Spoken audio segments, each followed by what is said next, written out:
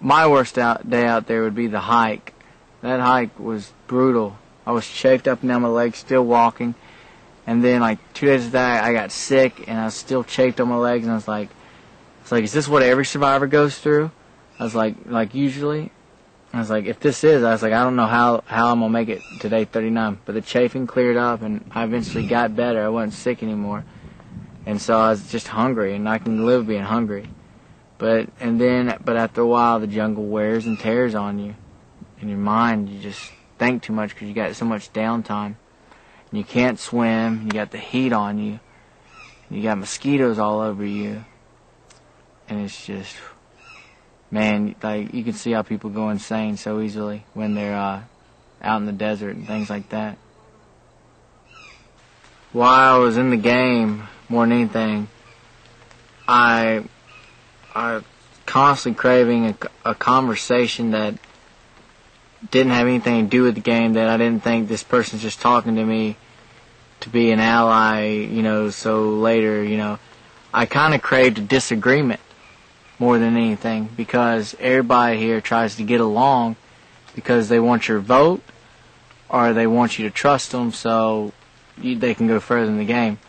So I think more than anything, I craved a disagreement where I knew I'd still be someone's friend. A disagreement where somebody just had a different opinion than me, and he said, well, here's what I believe, and then we had an intelligent conversation on why we thought different things. That never really happened. Everybody like, oh, yeah.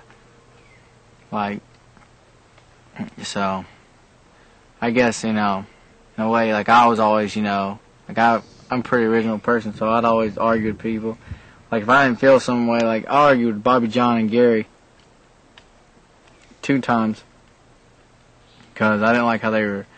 Bobby John said no class, and Bobby John knows in the South that's fighting words. And then Gary thought Gary thought that I lied to him, and I didn't lie to him. So me and him had an argument about that, but we saw it afterward. So I guess if anything, I craved trusting people, really trusting somebody where I could argue with them and still know they're still there. You never know how much you can appreciate. It makes me appreciate my twin brother a lot more, because me and him, we might not see eye to eye on something, and we might argue, but I know he's still at the end of the day going to be my brother, and he's going to stick by me no matter what. So I guess that's what I craved the most. Once I heard my name called 3 times, I knew it was over. I knew my alliance had turned on me.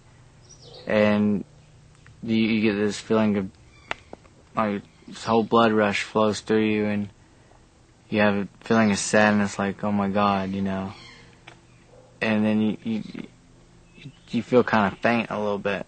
But, you get up, and it's so hard to grab your torch because you personalized it.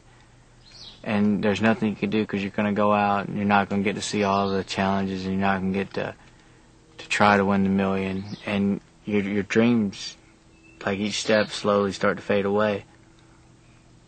And you try to keep your head held high. You try to act like it doesn't affect you. And literally you're holding back the tears because you put so much into this game that your heart's just, just bursting. At least that's what it was for me. And I went up to Jeff, and it was so hard just to find the hole to put my thing in.